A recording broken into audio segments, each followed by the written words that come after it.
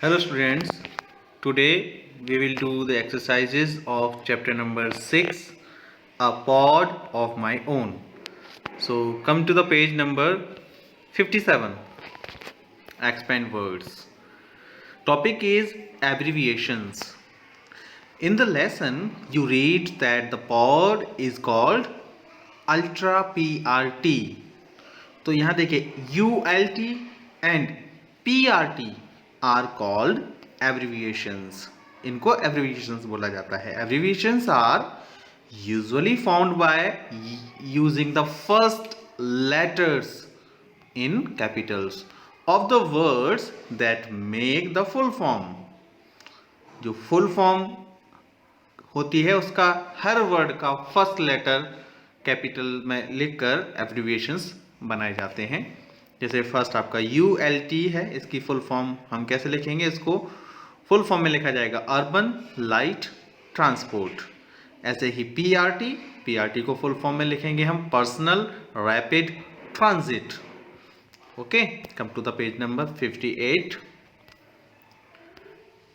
If and, the and of are part of the full name, they are not usually included in the abbreviations.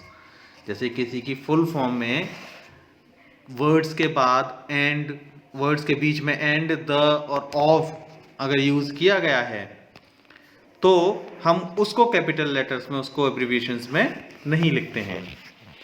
देखिए exercise A, match these abbreviations to their full forms. इनको आपको देखिए यहाँ abbreviations दिए हैं और सामने full forms दिए हैं. इनको सही फुल फॉर्म के साथ मैच करना है आपको. जैसे IRCTC. अब देखिए first letter I, second one is R. देखिए इसका फुल फॉर्म होगा दिस वन, IRCTC. यहाँ देखिए बीच में एंड यूज किया गया है, लेकिन एंड को हम एब्रीविएशंस में नहीं लिखते हैं. ओके, तो IRCTC की फुल फॉर्म क्या होगी? Indian railways catering and tourism corporation. Okay, तो इसी तरह से आपको ये बाकी के वर्ड्स इनकी फुल फॉर्म के साथ मैच करना है. ओके, और अब देखिए आप यहाँ देखकर इसको रीड करके ही इनकी फुल फॉर्म के साथ मैच कर सकते हैं. यहाँ आपको कुछ फुल फॉर्म्स दी हैं एक्सरसाइज बी में. Write the abbreviations for these names. इन नेम्स के लिए आपको एब्रीविएशंस बनाने हैं.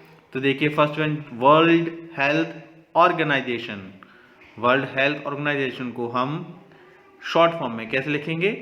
वर्ल्ड का W, हेल्थ के लिए हमने H लिखा, ऑर्गेनाइजेशन के लिए हमने O लिख दिया. तो इसकी शॉर्ट फॉर्म यानी एब्रीविएशन हो जाएगी WHO. Come to the next, all India radio. आप इसको भी बना सकते हैं. इसका हो जाएगा आपका AIR, right. All India institute of medical sciences, ये आपका दिल्ली में है. AIIMS, एम्स जिसको बोलते हैं. Ministry of external affairs, MEA. तो इसको यहाँ एब्रीविएशन लिखेंगे इसका MEA. Come to the next point, say it right. Word stress. Topic है आपका word stress. Some syllables in English words are spoken with greater force to convey the meaning more clearly. यानी English में कई सारे syllables ऐसे होते हैं जिनको हम जब बोलते हैं, स्पीक करते हैं, तो उनको ग्रेट फोर्स के साथ बोला जाता है ताकि वो अपना मीनिंग क्लियरली कन्वे कर पाएँ. तो this is called word stress. इसको वर्ड स्ट्रेस बोला जाता है. तो अब देखिए, look at the given words. यहाँ आपको कुछ वर्ड्स दिए हैं.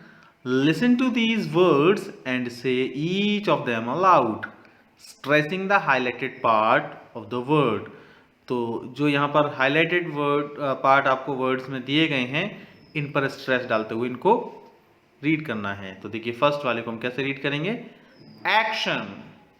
तो देखिए जो A लेटर है यहाँ पर हाईलाइट किया गया है, इसका मतलब इस पर हमें स्ट्रेस डालना था. Action, completion, combination, Asian, depletion, destination, motion, discussion, pronunciation, nation, formation, publication, station, vacation and transportation. Okay तो आपको ये सिलेबस इस तरह से रीड करना है. Time to refer. देखिए इन द पैसेज जो आपने चैप्टर रीड किया था, the word jet refers to an aircraft. तो जहां पर जो चैप्टर के अंदर जेट जो वर्ड यूज किया गया था वो एयरक्राफ्ट के लिए यूज किया गया था. A very large aircraft is also called a jumbo jet. और जो बहुत बड़ा एयरक्राफ्ट होता है उसको हम जंबो जेट भी बोलते हैं. Now refer to a dictionary to find the meanings of these words beginning with jet. यहाँ देखिए कुछ जेट वर्ड से स्टार्ट करती हुई कुछ मीनिंग्स दी हैं. आपको इनके मीनिंग डिक्शनरी में से ढूंढने हैं. Now come to the grammar portion. Topic is subject verb agreement. Read the sentences then fill in the blanks in the statements below. तो देखिए यहाँ तो आपको 2 सेंटेंसेस दिए हैं. Terrapin is flying and the birds are helping him. तो देखिए हम क्या करते हैं, we use a singular verb is with subject. Terrapin कैसा सब्जेक्ट है, सिंगुलर. तो आप यहाँ फिल इन द ब्लैंक्स में लिख देंगे सिंगुलर. सिंगुलर सब्जेक्ट के साथ हम इज का यूज करते हैं. Okay Same, we use a plural verb are with a plural subject. जब सब्जेक्ट सिंगुलर होगा तो हम is लगाएंगे और प्लूरल होगा तो हम are लगाएंगे. इसी तरह से सब्जेक्ट सिंगुलर सब्जेक्ट के साथ हम is, was and has in verbs का यूज कर देते हैं. और प्लूरल verb के साथ हम are और जो भी प्लूरल verbs होती हैं बिना as ऐड किए उनमें एज इट इज वर्ब्स को यूज कर दिया जाता है. हैज हम सिंगुलर के साथ यूज करते थे तो प्लूरल के साथ हैव यूज करेंगे. Here are some more rules for using the correct verbs. यहाँ कुछ रूल्स दिए हैं कि आप वर्ब्स को किस तरह से करेक्टली यूज कर पाएंगे. 2 सिंगुलर सब्जेक्ट्स कनेक्टेड बाय और, either or neither nor require a singular verb. तो देखिए अगर 2 सब्जेक्ट सिंगुलर सब्जेक्ट्स हैं दोनों और वो और, आइदर और या नाइदर नॉर से कनेक्टेड हैं, जुड़े हुए हैं, तो हम सिंगुलर वर्ब यूज करते हैं. जैसे सिमरन और Gurpreet is going to sing. अब देखिए सिमरन इज सिंगुलर, एक गर्ल का नेम है.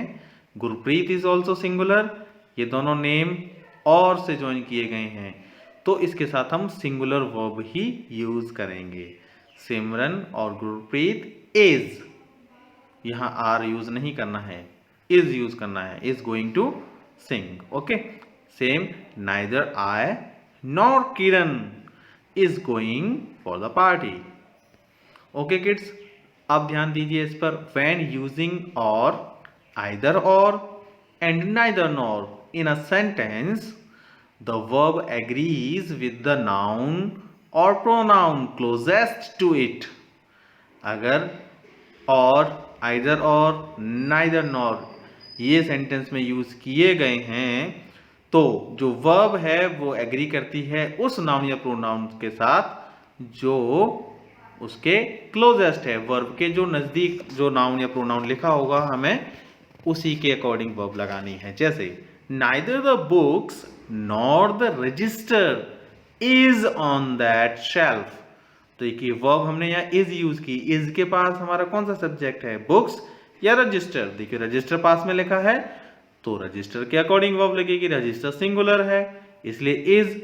सेकंड सेंटेंस में neither the register nor the books are on that shelf.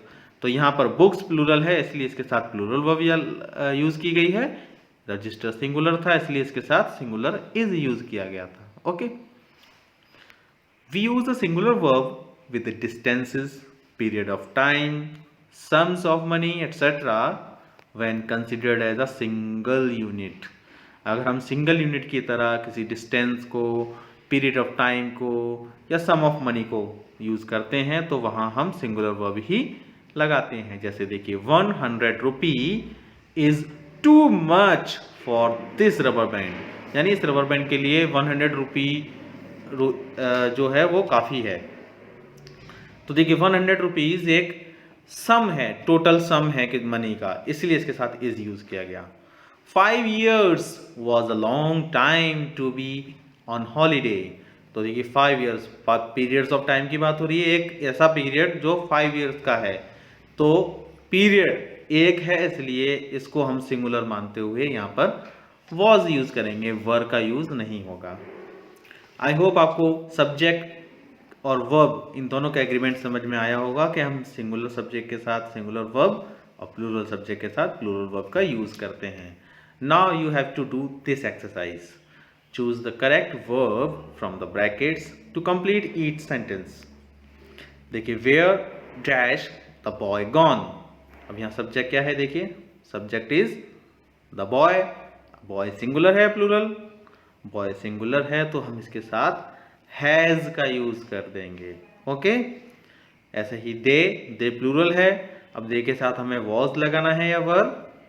Yes, दे के साथ हम वर का यूज करते हैं तो यहाँ पर आपको वर फिल करना है। उसी तरह से आपको अगले ये 3 सेंटेंसेस लिखने हैं अपनी नोटबुक में। Now come to next page, exercise number C. The verbs in the sentences are incorrect। यहाँ ये जो sentences लिखे हैं इनके अंदर verbs जो हैं आपको incorrect लिख कर दी गई हैं, गलत लिखी हुई हैं। Write the correct verbs in the blank और cross out the incorrect verbs। इनमें जो incorrect verbs हैं आपको उन्हें cross out करना है। देखिए फर्स्ट रीड करते हैं। Rupali and I am going to visit Renu. अब देखिए Rupali singular, I is also singular. अब दोनों सिंगुलर हैं तो हमें सिंगुलर वर्ब यूज करनी पड़ेगी। तो यहाँ पर ये एम गलत यूज है तो हमें एम की जगह आर का यूज करना है, क्योंकि यहाँ देखिए 2 सब्जेक्ट्स एक एंड से ज्वाइन किए गए हैं। रूपाली एंड आई दोनों मिलकर प्लूरल हो गए। रूपाली सिंगुलर था, आई भी सिंगुलर था, लेकिन जब ये एंड से जोड़ दिए जाते हैं तो ये प्लूरल सब्जेक्ट बनाते हैं। इसलिए यहाँ एम को हम क्रॉस करेंगे और इसके आगे जो ब्लैंक है यहाँ पर आपको आर लिख देना है। Okay kids, next sentence, what are the price of these uniforms. अब देखिए यूनिफॉर्म्स का प्राइस पूछा है। प्राइस हम कैसे बताएंगे, total sum of money, money का सम करके बताएंगे। तो देखिए यहाँ पर आर जो वर्ड है ये यूज गलत किया गया है। इसकी जगह हमें प्राइस के लिए क्या वर्ब लगानी होगी, is. What is the price of these uniforms. बाकी 3 सेंटेंसेस भी आपको इसी तरह से करने हैं। Okay, now come to the next point, subject and predicate. अब देखिए सब्जेक्ट क्या होता है, प्रेडिकेट क्या होता है। आई होप मैं आपको पहले बता चुका हूं, आपको याद होगा, पर चलिए let's take a revise. The subject is the part of a sentence that tells us who or what the sentence is about। Subject जो है सेंटेंस का वो पार्ट होता है जिससे हमें ये पता चलता है कि सेंटेंस किस बारे में है। The predicate is the part of the sentence that tells us about the subject। और predicate सेंटेंस का वो पार्ट होता है जो हमें सब्जेक्ट के बारे में कुछ बताता है। Okay, now match the subjects in the column A. देखिए कॉलम ए में आपको ये सारे सब्जेक्ट्स दिए गए हैं, इनको मैच करना है with predicates from column B. ये कॉलम बी है, इसके अंदर जो भी प्रेडिकेट्स हैं इनसे मैच करना है to form meaningful sentences, meaningful sentences बनाने के लिए। अब देखिए हम कैसे मैच करेंगे। First one is pods. अब पॉड्स आपने चैप्टर पढ़ा था, पॉड्स कैसे थे, pods are comfortable and clean. Pods comfortable थे और क्लीन भी थे। तो इसी तरह से आपको बाकी के भी चैप्टर रीड करने के बाद आपको मैचिंग करना है सब्जेक्ट को प्रेडिकेट्स के साथ। ओके, तो अभी तक के लिए इतना ही था। हम लोग फिर मिलते हैं नेक्स्ट क्लास में। अगली एक्सरसाइजेस के साथ. Till then, bye bye, take care.